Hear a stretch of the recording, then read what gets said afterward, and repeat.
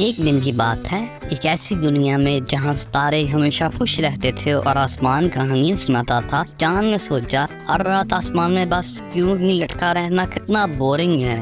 چاند بہت بور ہو چکا تھا اور کچھ نیا کرنے کے موڈ میں تھا۔ اچانک چاند کی نظر ایک نرم قدار بادل پر پڑی جو آرام سے آسمان میں تیر رہا تھا۔ چاند نے خوش ہو کر سوچا، کیوں نہ میں اس بادل پر تھوڑی دیر آرام کروں۔ تو چاند نے بادل کے قریب جا کر جمپ لگا دی اور دھپ سے اس پر بیٹھ گئے۔ چاند اور بادل آہستہ آہستہ زمین کے قریب آتے گئے، یہاں تک کہ وہ ایک بڑے سے درخت میں پھنس گئے۔ درخت حیرانگی سے بولا، بھائی چاند صاحب، آپ کو یہاں کیا لایا؟ چاند نے شرمندگی سے کہا، میں بس تھوڑا سا آرام کر رہا تھا۔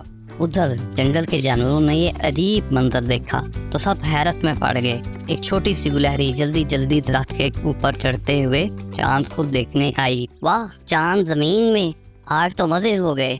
گلہری خوش ہو کر چمکتی آنکھوں سے بولی۔ الو جو ابھی تک نیند میں تھا اچانک جاگ کر بولا، یہ کیا ہو رہا ہے؟ میں خواب تو نہیں دیکھ رہا۔ چاند شرماتے ہوئے بولا، نہیں بھائی، یہ خواب نہیں، میں واقعی یہاں ہوں۔ اسی دوران گاؤں کے بچے اپنے کمروں میں سونے کی تیاری کر رہے تھے۔ علی اور زینب رات کو آسمان پر چمکتا چاند دیکھنے کے عادی تھے، اپنی کھڑکی سے باہر جھانک کر حیران رہ گئے۔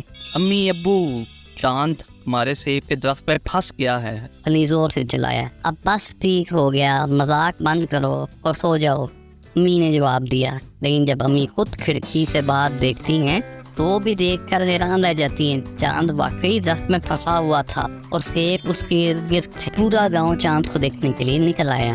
اب حیرانی سے ایک دوسرے کو دیکھ رہے تھے۔ کچھ لوگ تو سیلفیاں لینے لگے اور بچے خوشی سے دوڑتے ہوئے چاند کے گرد کھیلنے لگے۔ چاند نے جمائی لیتے ہوئے کہا، لگتا ہے میں کچھ زیادہ آرام سے ہو گیا ہوں۔ گاؤں والے چاند کو نکالنے کی کوشش میں لگ گئے۔ کچھ نے دھکا دیا، کچھ نے کھینچا۔ ایک بکری تو چاند کے پاس آ کر اس کا ذائقہ چکھنے لگی۔ اوہ بھائی، میں کوئی چکھنے کی چیز نہیں۔ چاند ہنس کر بولا۔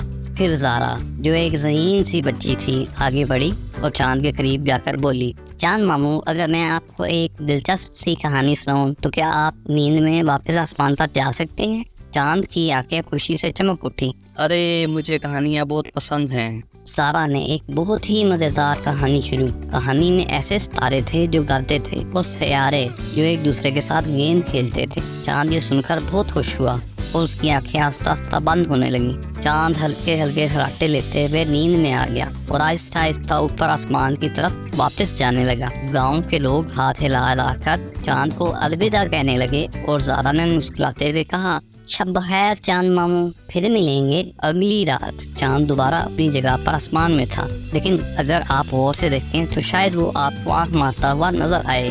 آخرکار چاند کو بھی کبھی کبھار تھوڑا سا آرام چاہیے ہوتا ہے اور شاید اگلی بار وہ آپ کے درخت میں آ کر بیٹھ جائے۔